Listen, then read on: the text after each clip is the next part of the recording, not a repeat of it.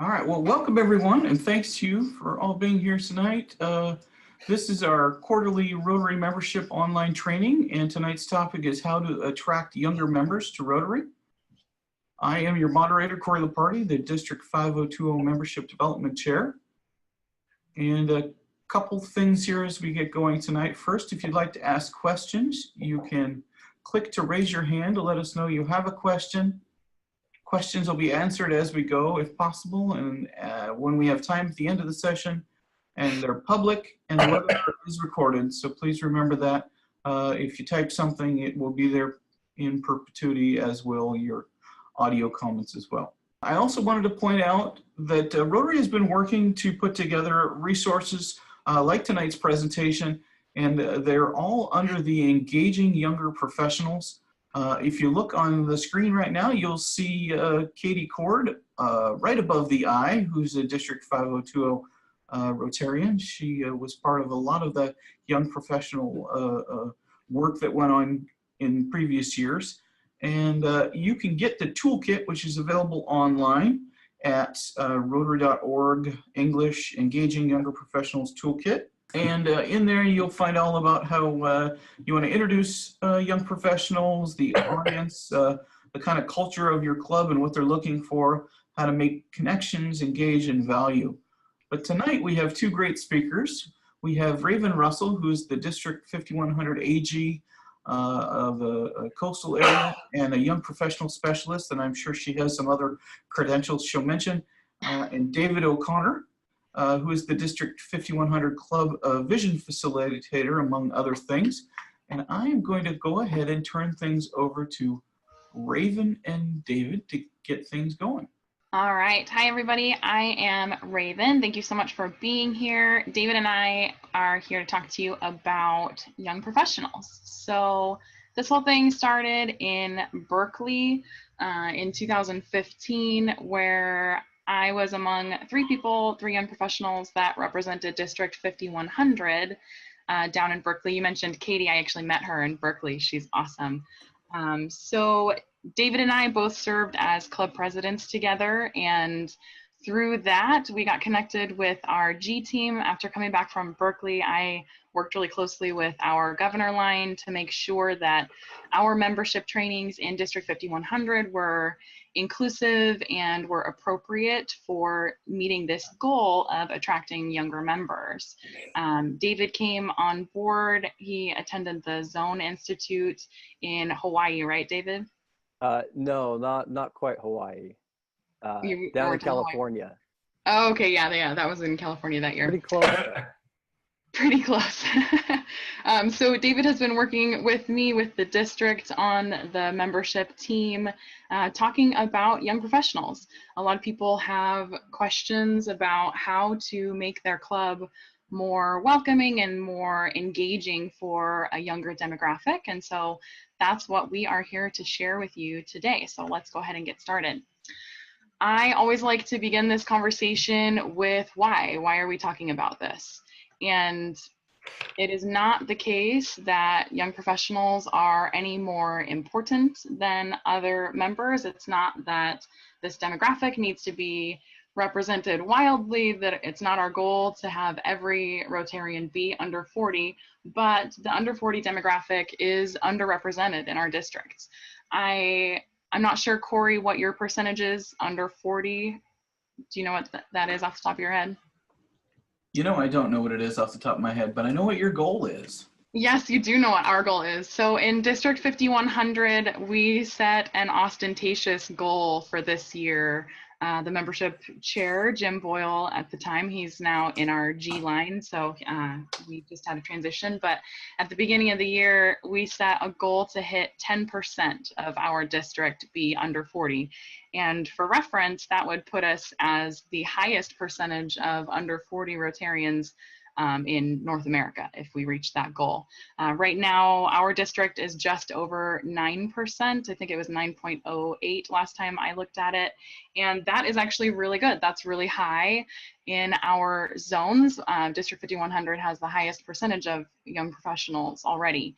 And to compare that 9% I looked up in the state of Washington, since it would be more relevant for you guys. I didn't look in Canada, so sorry if there are any Canadian clubs on here, but the median age for the state of Washington is 37 and a half. And so if the median age is 37, that means you have a lot of people that are going to be under 40. And actually the 20 to 40 age range accounts for 28% of your population in the state of Washington.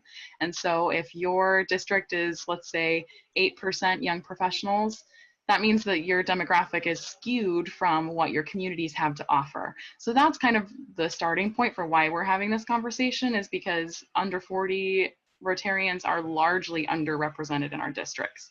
And that provides an opportunity for us in finding these members and engaging more people so that we can do more good work in the world.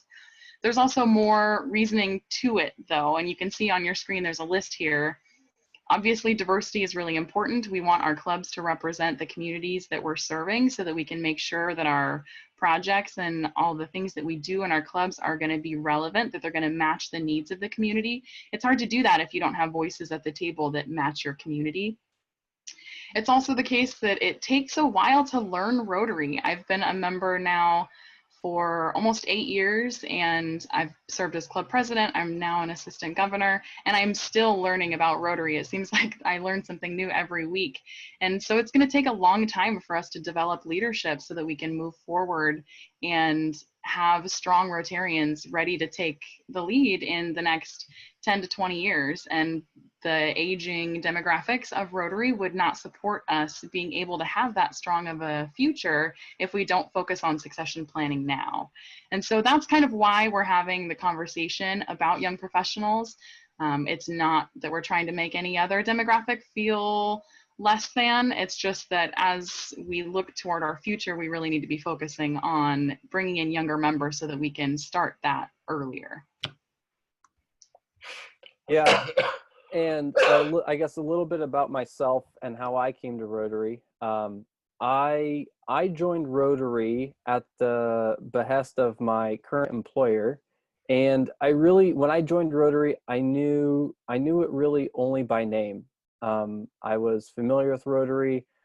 I knew they were the people that did something with polio, you know, and that was about the extent of my knowledge of Rotary when I was asked to join. Here, 5-6 years later, I forget it, I lose track. I have so much fun. But here now, looking back, I am so thankful that had happened to me, because this is such a phenomenal organization. And looking back, I actually don't know how I hadn't heard more about it, how I didn't know what Rotary is doing, and I didn't know that there were these opportunities, because I wish I would have. And so I think that speaks to a lot of individuals in that young professional demographic, that unfortunately a lot of them don't know what they're missing out by not knowing about Rotary. We all know and love Rotary because we have the benefit and the good fortune to be involved in such an amazing program, an amazing organization. But there's a lot of people out there who have a vision and have a passion for doing these kind of things, but aren't aware of it. And man, we need to get those people on board. In looking at that, it's one thing that I think is important to keep in mind, that while we're addressing how to present Rotary to a younger demographic, all we're really doing is talking about kind of superficial changes or adaptations. We're talking about how to present Rotary in maybe a different language, maybe in a different platform, presenting it in a little bit different way. But what gives Rotary its value and makes it so powerful and so beneficial as an organization are the core values of what Rotary stands for and what Rotary was founded for. And those absolutely don't change. Those stay the same no matter what generation, any demographic that we have involved in Rotary. Those core values are what draw all of us together and want us all to be a part of this organization. What we're looking at is how to present those to different demographics. In looking at how we address the bigger picture, not just the things on the periphery, the things on the outside. How do you address the core, the heart of Rotary, and what it really is? Because that's really where I think you're going to engage. I'm sure really engage any Rotarian, but especially engage younger professionals. The main purpose is, what is the purpose of your club? And I think this goes deeper than what is the purpose of Rotary, that this is something specific to your club. We have those overarching values and goals that Rotary has. This is an opportunity for your club to very specifically be what your club is, and be that unapologetically. Don't try to be another club. Don't try to be a cookie cutter Rotary club. Figure out who your club is with your members and be that. If you try to be somebody else, it's always going to be a second-rate copy, unfortunately. So just continuing in that train of thought, figure out who you are, what your club is, and who your members are. It's to the benefit of the individuals. It's to the benefit of people looking to join your club, and it's overall to the benefit of Rotary. I think Rotary is a much stronger organization having unique individual clubs that have different areas of focus, have different styles of how they have their meetings, have more service projects, have more fundraisers. It makes a stronger organization as a whole, and identifying those passions and those unique personalities are what will allow people to engage with your club. That you'll find people of similar likes, similar ideas, and similar passions, and they'll engage with that. And the more unique that is, I believe when you find those people, the more that engagement will be. And so once you can articulate the purpose of your club and think about how, so that your club members can articulate the purpose of your club, the next step is, with that in mind, with the unique personality and the unique style of your club, what does your club have to offer young professionals? That's a question that a lot of people can't really answer, especially on the spot. And every time I have a member from a club ask me, how do I find younger members? I ask them, what does your club have to offer younger members? And they usually kind of stare at me for a second. And so I think it's really important to know that young professionals are looking for different things than maybe a different generation based on where they are in their family life or where they are in their professional lives. And being able to articulate the value and what your club can offer a young person is the first step in really being able to attract younger members. There are a lot of different opportunities in Rotary that we take for granted because we're used to them. We don't necessarily think it's unusual that there are leadership development opportunities in Rotary. That's just something that we're used to. And so once we can assume that perspective of what does my club have to offer young professionals, you can say leadership development is inherent in Rotary because we're a group of leaders. We plan these projects. You can plan a project of your own. That's leadership experience, leading other leaders. That's really valuable in professional development. But if you can't articulate that to the person that you're trying to court, you're not going to be successful in attracting them. And so keep in mind that each club has something different to offer younger members. It's not going to look the same from club to club, and it shouldn't, because like David was saying, each club should be different. So take a look at your club and think about, what does your club have to offer young professionals, and can you articulate that to them? So one of the ways that I think, especially with young professionals, that will come to pass is expectations of what it is to be a Rotarian. Like I said, when I joined, I didn't know what I was getting into.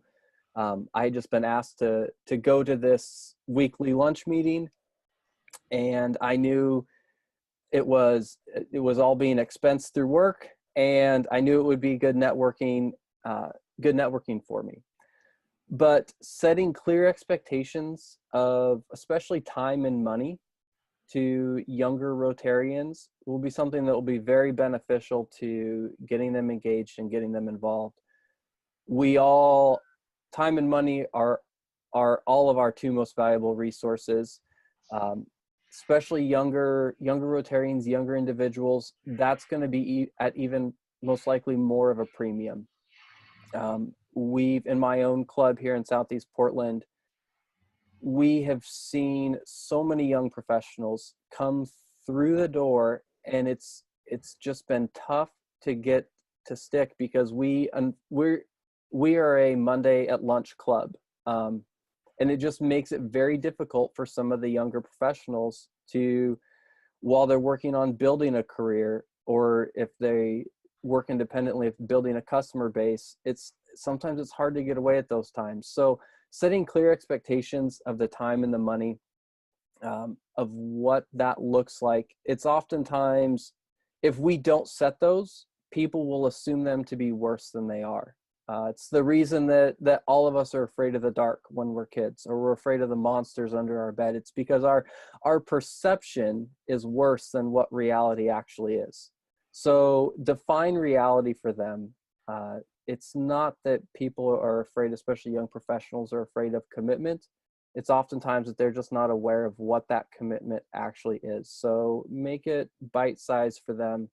Make it something that they're comfortable saying yes to, because they know what they're getting into. Some things to highlight: flexibility in the participation. That engagement does not equal attendance.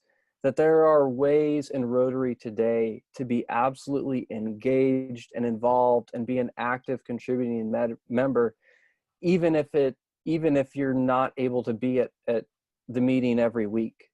In my club, I would much rather have someone that's active and engaged, even if I see them once a month. But if I know they show up to projects, I know they're involved online through other things, they're being a huge asset to our club. We kind of talked about what your club has to offer young professionals. Again, like I said, unfortunately, I didn't know that when I joined. I wish I had, and I wish other young professionals in my cohort would have, because I think a lot of people are missing out on it. And, especially with millennials, we'll hear a lot of people, you hear the word entitled thrown around, that a lot of millennials think they're entitled. And it's definitely one of the stereotypes of this younger generation.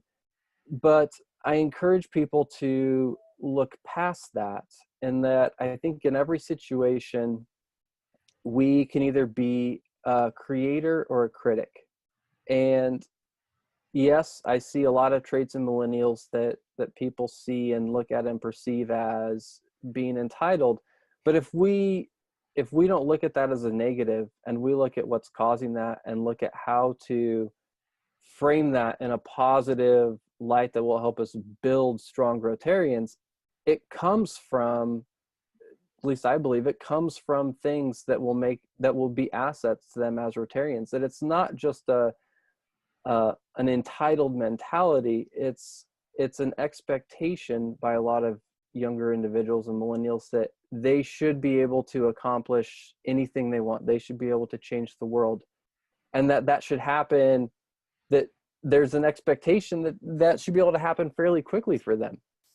And so take that ideology, that desire to make huge impacts, and work that towards a benefit for your club and Rotary at large.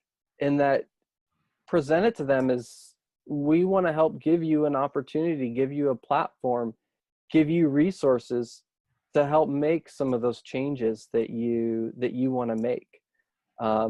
That it doesn't need to be entitled, it needs to be desiring to make a difference.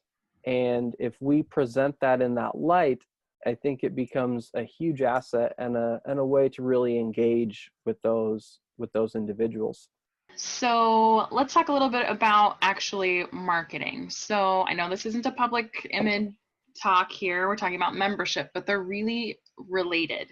You can't market what you aren't doing. And that is to say, if you want to brag because your club is very fun and it's active and you do a lot of projects, if that's the image that you want to portray, you have to be doing those things. And that seems really common sense, but I've had clubs come up and they want to be marketing the projects that they did 3 or 4 years ago when it's not something that they're currently doing. They're still proud of the work that they did then, but if it's not something that a young professional could actually come in and take part in now, then it's not something that is worth marketing. So if you're going to be putting things on social media, if you're going to be selecting images to put it on there, make sure that it's relevant, make sure that it's current, so that if somebody says, man, I would really love to be part of that project, that it's a project they can actually be part of. The other piece about portraying your club is that you have control over the culture of your club, and it can be a difficult battleship to turn sometimes with certain things. We all know that change is hard, but in order to be accessible to a different generation, we have to be intentional about being inclusive of that generation. And so, for example, our generation is the least religious generation to come so far. That isn't to say that there is no religion, but if Rotary is a secular organization by definition, and that's how it's marketed, and then somebody comes into your club and you open your meeting with a prayer, then that's sending mixed messages. You're not going to be portraying something that they're actually going to be able to take part in. And so I think every once in a while, taking a look at some of these things, like having songs in your meeting, having prayer in your meeting, having meetings that are and activities that are not very open to families. These are things that are going to be issues if your club is trying to attract younger members. It's a really good idea to take a kind of a hard look every once in a while and evaluate and see if your current practices are things that are working for you. That can be a really tough conversation to have. It's really great at the board level to be talking about these things, but we know that they can be very tricky. My club last year finally made the move to remove prayer from our meetings, and it was a big shift that took almost a year of discussion at the board level before we decided what that would look like, and then we decided why we were doing it and talked to our club about it.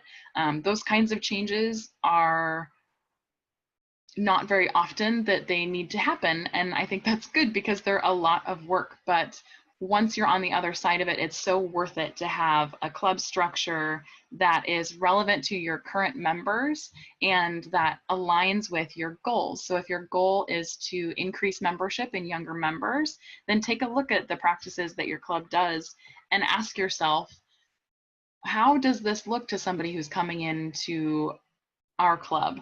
How does this look? Does this reflect our goals? Does it reflect what we want to see our club look like? And how do we present that message to young professionals? So as Raven was saying, it needs to reflect reality, that people will pick up on anything kind of disingenuous or contrived,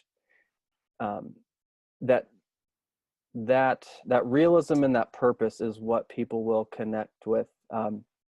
In the online realm, or maybe this will be an education for some on online dating or anything like that, but there's a term out there, I'm not sure if everyone's heard it or not, but called catfishing.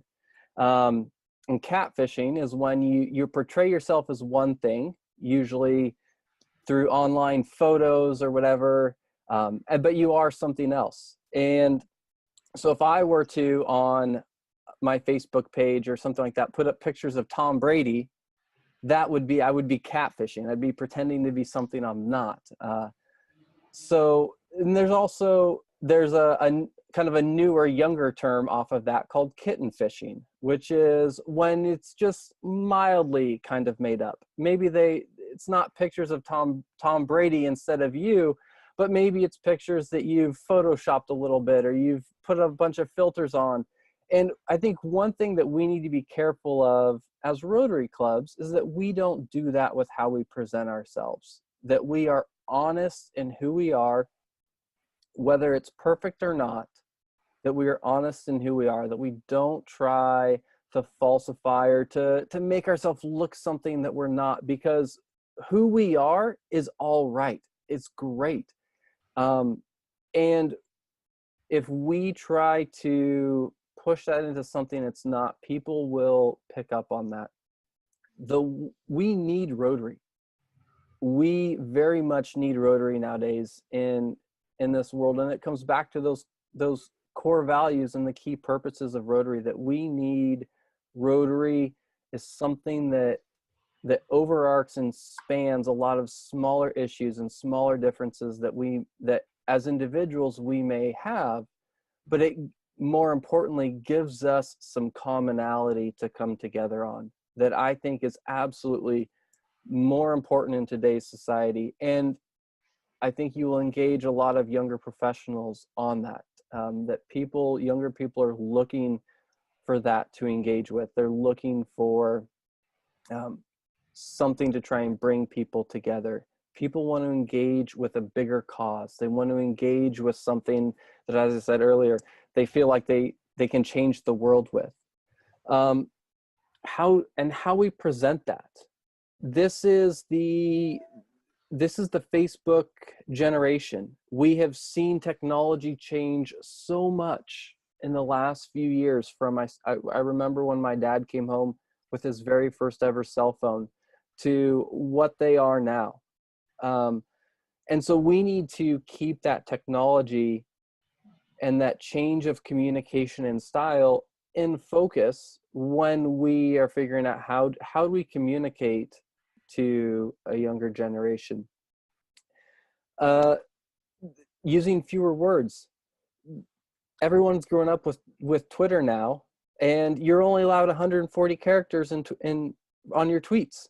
So using fewer words, using more images. Everybody knows Facebook. You put up a photo and everybody wants to see how many likes they get. It's very visually based, and it's shorter and it's more to the point. Another criticism that I hear a lot is that millennials have short attention spans. And you know what? It is, I will say, at least for myself and what I've seen, it is absolutely true. It's not because we don't care. It's because we've grown up and gotten used to getting all that information in a very quick, precise presentation. And so that's what we've learned to process. And that's what we're used to getting.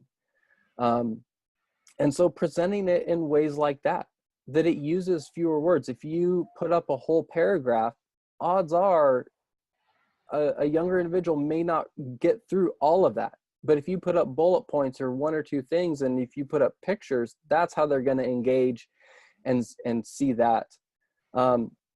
There's a lot of resources. The Rotary Brand Center. There's a lot of places to look to come up with that. But again, coming back to the key of presenting who we actually are and presenting it in a way that is easier for younger professionals to engage with. So one of the lenses that I wanted to present, and I think is an interesting way to look at your Rotary Club through, is I'm sure most of you have not been in the online dating scene as of late in the last few years or whatever. Maybe some of you have, but thinking of our Rotary Club as what would it look like if we were dating our Rotary Club? And think to your relationships that you've been involved in. Think to how those grow and how those develop. A lot of times it starts at a meeting. it starts just meeting someone and you go up to talk to them. There has to be an initial point where someone meets someone from the club or someone hears about our club. And a lot of times it may not be much. It may just be a casual passing meeting. And maybe they walk away from that thinking, I'd like to hear a little bit more about that, because what Raven was telling me about the club she's in, it actually sounded kind of cool. I like what they do. I like what they stand for. Understand that after that, the next information that they get on your club is most likely going to be your website. They're more likely prone to Google you than they are to go and ask someone about you. So understand that that's probably the next level of information that they're going to get. After that, we grow together. Like I said, when I joined Rotary, I really didn't know what I was walking into, but I knew it would be good. I knew it really couldn't be bad. So I went ahead and did it.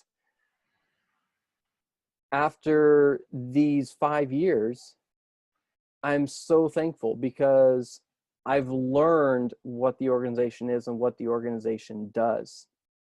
And it's that shared time together that as you develop a relationship with your partner or with your spouse, it's similar to Rotary, that someone who is getting involved with your club spends time with you. They come to more meetings. They begin to develop relationships with the individual club members. They begin to see the bigger purpose of Rotary. And that's where we'll really see them starting to engage, and we'll really see them start to buy in and start to commit and be there for the long haul. And that's the relationship that we need to foster. So we're going to move into an exercise now with this idea. You all should have a handout that Corey was going to email out. You've probably taken a look at it, but we're going to do the first part. So what we're going to do, it says 5 minutes, but we'll just do a couple of minutes because since you've probably already looked at these a little bit, you're probably going to be able to move through them pretty quickly. The first section that we're going to do is the first date. So go ahead and take your handouts, and I want you to score yourself on how your club performs on a first date. So if a young professional Googles you, can they tell what your purpose serves? Can they tell the local and global impact of Rotary, etc.? So go ahead and take a couple of minutes, fill out the first portion, your first date, score your club. I want you to actually Google yourself and see what you look like online and try to see if you knew nothing about your club, would your online presence, whether it be Facebook or your website or whatever is online, whatever is found when you Google yourself, go ahead and score yourself. Take a few minutes to do that, and then we'll come back and share.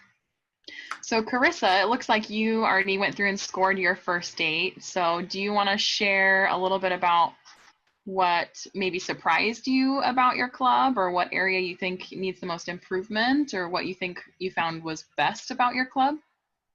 Some of the things that sorry, I'm sick, so I might cough a little bit, but can you guys hear me okay? Yeah. Absolutely. Okay, perfect. Some of the things that, and it's not really a struggle, it's more when I first joined our club, we kind of looked at it from a set of series. What do we need to focus on right now? What's a priority and what can come later? We have a really good, healthy inclusion in our club for age, for ethnicity. I mean, we've really come a long way there. We've also really come a long way in knowing what our culture is and our purpose, and we're able to articulate that. So now it's what people see, right? So whenever people go to our website, so on and so forth.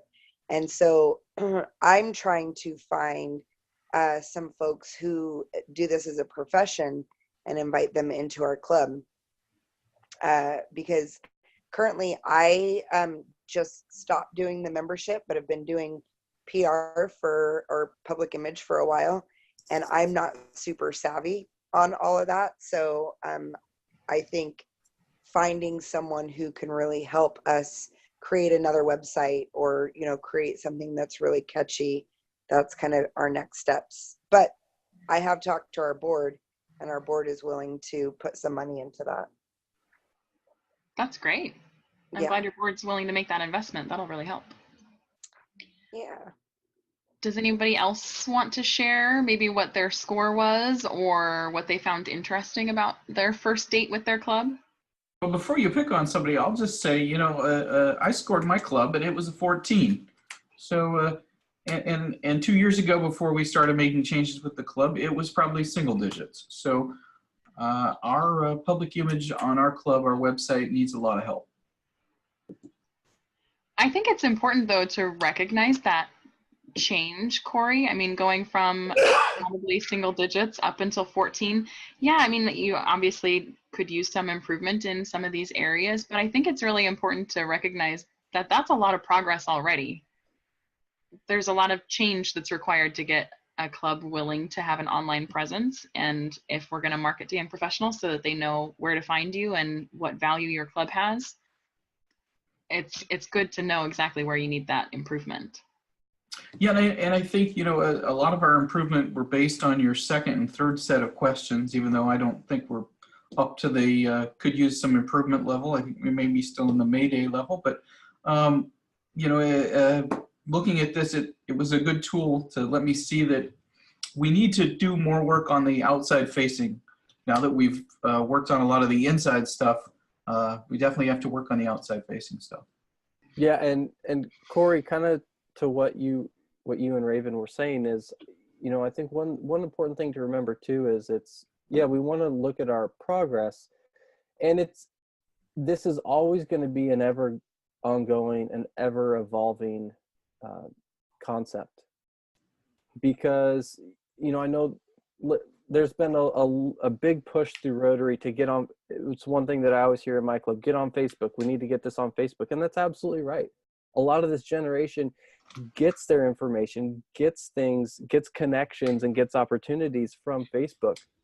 But that is not always going to be the case. I can already tell you that working with a lot of local high schoolers, there's a lot of high schoolers that, yes, they have a Facebook, but I can absolutely tell you that's not where they go to socialize.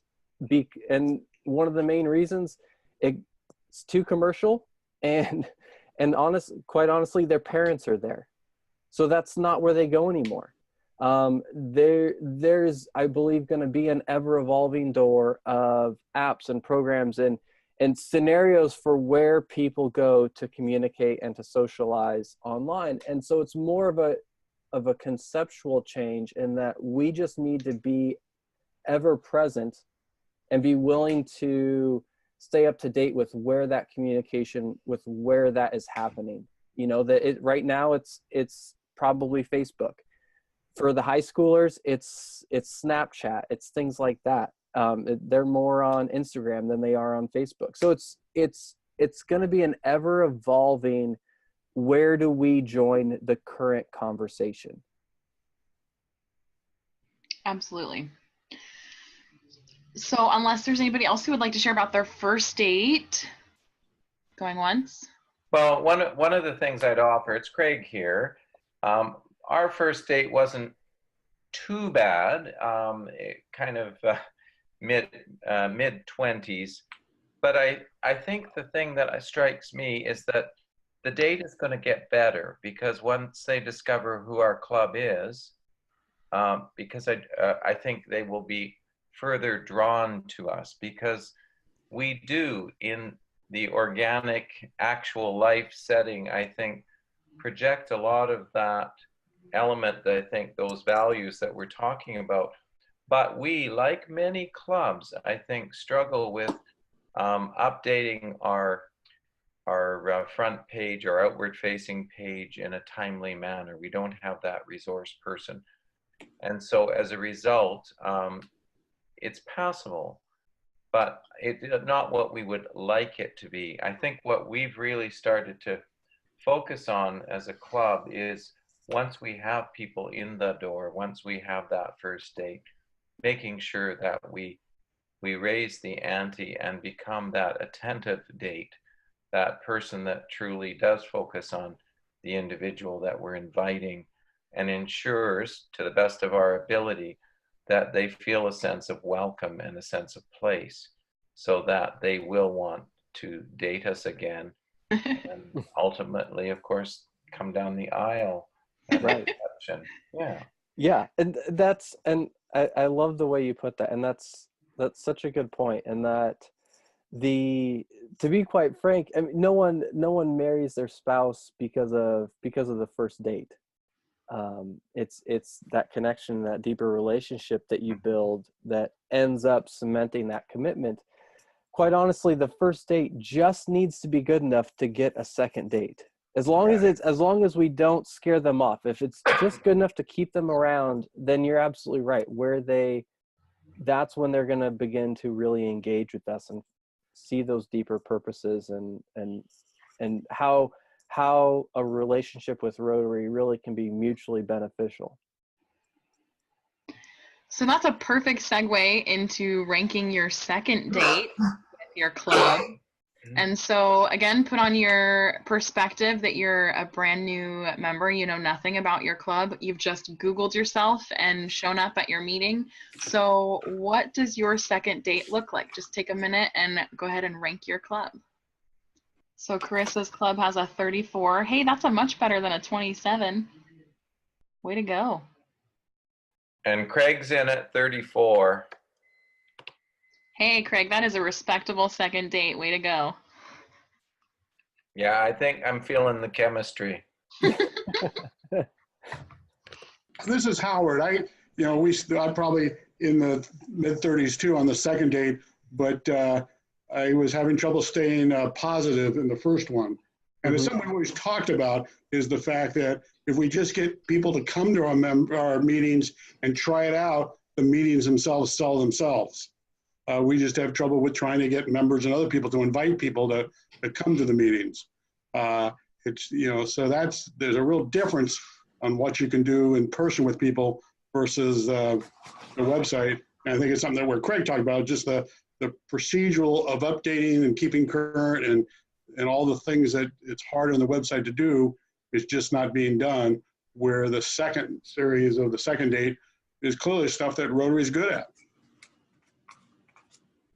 I agree. We are good in person. A lot of clubs are, and I think that there are many people who do this second date quiz and they find things that they really might need to address and take to their board. Taking a look at my club like this is what started the conversation about whether or not our practices were in line with us being a secular organization.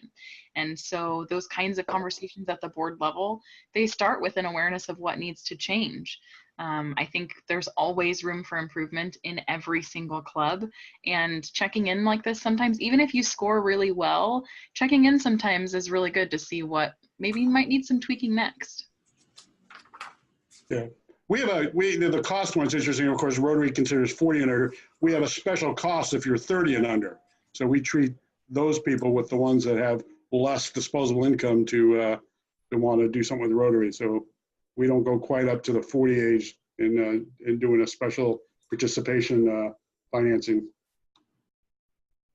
That's interesting that you do an under 30 price. Can I ask what the difference is between your normal dues and your under 30 dues? Well, it actually can be quite big, because what it really is that the under 30 isn't required to bundle the meals. They're only required to pay for the meals they come. But all other members are required to bundle the meals, and the difference is $150 a quarter. So it's a big difference. But obviously, if the person comes every month, every week, then they would pay the same.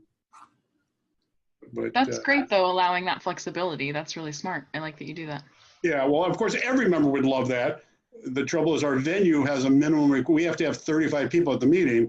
They're charging us for that whether people show up or don't. So the only way we could satisfy that is by requiring everybody to pay every week. Our club is much the same. Our venue requires us to guarantee a minimum number of meals, and so wouldn't work for us to have everybody just do a la carte, because our club is big enough that we have to have a venue space. I'm really jealous of clubs that can just meet in a bar and everybody can just order on their own. It would never work for our club. So when we instituted this under 30 discount, someone said, well, what happens if we get too many and we don't hit our numbers? I said, that's a good problem. We'll worry about that when we get there. Yeah, we'll solve that problem when we get there. Absolutely. Yeah. All right, so let's move on to the third section of your handout then. Go ahead and rank your long-term match with your club and let us know when you have something you want to share. So it looks like Carissa's club has a 36 in this category. These are the things that a lot of clubs would need to address first, Carissa, so I think that's pretty normal that these are the ones you've been working on for the longest. These are the ones that are most important in retention. So when we talk about young professionals, David mentioned that we get a lot of young professionals that come into his club, but then either it's not a good fit for them or they didn't know what to expect and it just doesn't work with their schedule or whatever the reason may be. Some of these things on the list, these play a huge role in retention. If we can have service opportunities that are interesting so that the members are passionate about them and they want to participate in them, we're not going to have to convince people to come to meetings. And so these items are really important for that retention piece. So yes, exactly. Closing the hole in the net. Exactly, Carissa. So who else would like to share about their third category? Well, I like Carissa. I'm 36. I wish I'd reported first so she doesn't think I'm cheating. You're not just copying her answers? No. Okay. But she's worthy of copying, believe me. So yes. One of the revelations I think we had, and it was a bit of a startling wake-up call, is we had a member leave about 2 years ago because she felt the club was cliquish. And we were startled because we think we're just the most warm, wonderful, fuzzy people you could possibly want to meet. We feel like there's an incredible energy. And what we forgot was you need to be always checking in with people that are relatively new to the club. She had self-selected our club. She had chosen to become a member. She didn't have previous connections to speak of with the club, and just a vibe she got, because I think certain people were sitting with certain people, although I think a lot of people do move around, and there's a real animated buzz and a real exchange of conversation with any and all. At the beginning of the meeting, I think we'd forgotten to make sure that everyone feels that same sense of, or that there needs to be sometimes a deliberate attempt to draw people out if we don't feel that we're seeing them as connected as we would like to believe they are. So anyway, it caused us to take a look at just even what we do when a new member comes in the morning, you know, or a guest comes in the morning, and making sure that even though you have greeters, that you have someone connect with that person and almost shepherd them or look after them so that they do feel that someone does care about them being there. We've definitely had that in my club as well, Craig. So in Seaside, so we have a very fun and energetic group, and we have all these inside jokes, and there's a lot of goofing off, and we really just have fun together. And I think that we get so comfortable with our usual crew that sometimes it can be easy to forget that not everybody is on that same level, and that they might need time to get used to our style. And I think that kind of goes along with this dating metaphor, right? So they're not quite that comfortable with us yet, and we just have to let them acclimate, and like you said, intentionally reach out and make sure that they feel included. So that's a really great observation. I completely agree with. I think we're getting a little close on time since we had some technical difficulties. So are there any other takeaways anybody would like to share, what you learned about your club by doing this exercise? Can I just mention one thing real quick? Yeah. Okay, perfect. One of the things in that last section that was probably the most beneficial for our club was whenever we dialed into what culture was, and we put that with a program that's an ongoing program with the school district. So now whenever we talk to people and we tell them that we work alongside with the kids at the school, and we give them financial literacy training, and we go in and do emotional development training, we can like speak to their passions, and they can find almost anything to connect with in the school. So once we were able to fine tune that and like really dig down on that, that's when I think the turning point in our club happened. So program and like purpose is everything, I think, for even older, but especially younger. Mhm. Definitely. I think if you you look at a vision or a mission statement in a club, in a club or in a business, if everyone in that organization can't tell you what the mission is or what the vision is, then it's not a mission and it's not a vision. Because if that's not what people know off the top of their head as that's their purpose, then that's not what they're going to share with other people about. That's not what they're going to share with in the schools. So I absolutely agree with that, that you have to identify that and everybody has to know exactly what it is. Oh, can I just make one more comment to something that I've noticed having now visited 91 clubs, that, there are sometimes that as we draw in new people, which I passionately believe should be our prime focus, but we also have to caretake and be conscious of the journey of those who have been with us for many years and set some pretty big footsteps. And Corey's heard me tell this story a few times, but it was a simple one.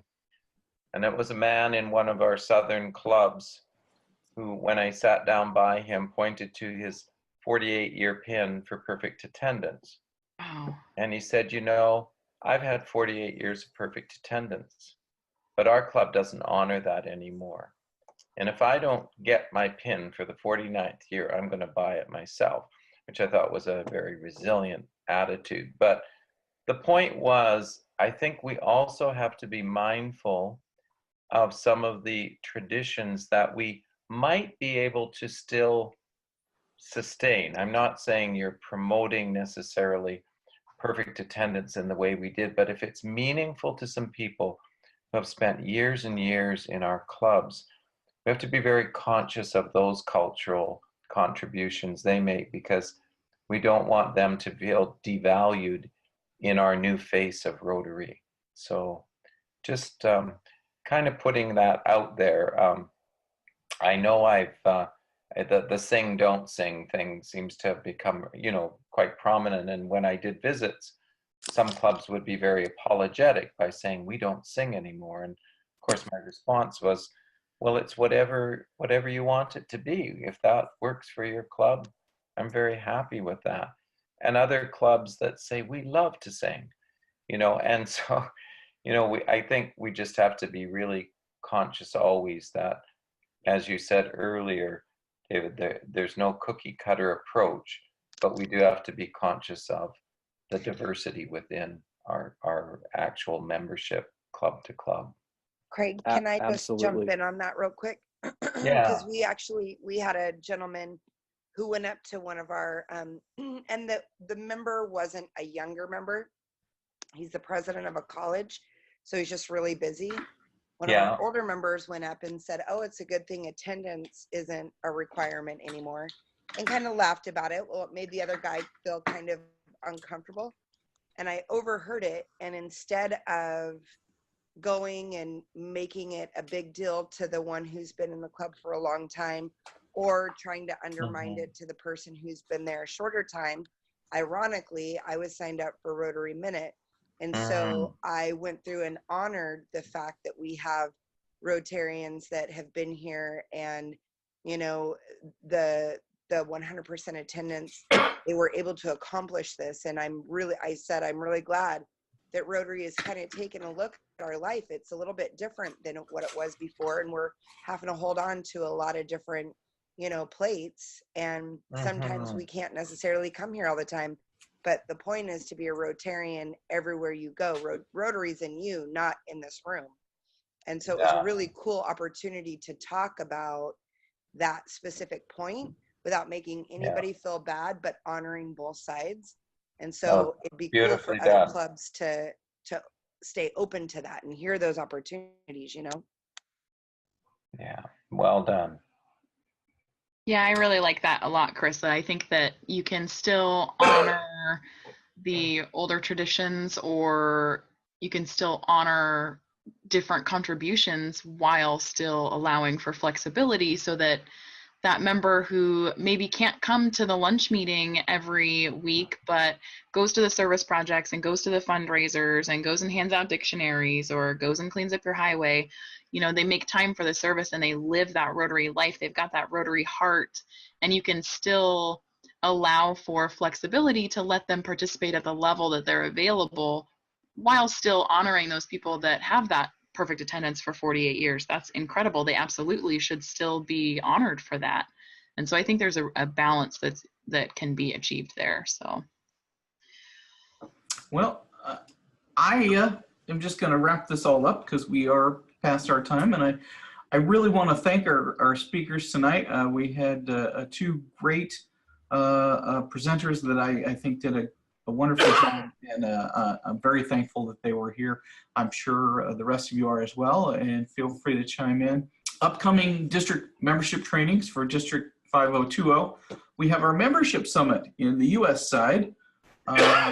This is March 23rd from 9 a.m. to 1 p.m. And I would welcome, if there are Rotarians south of the border that want to head this way, just let me know. You can log on to our District 5020 website to sign up. And the topics include importance of membership committee and the role of chair, membership attraction tools, retention and engagement, and developing a mentorship program. And you'll see down there that it was well received in Victoria.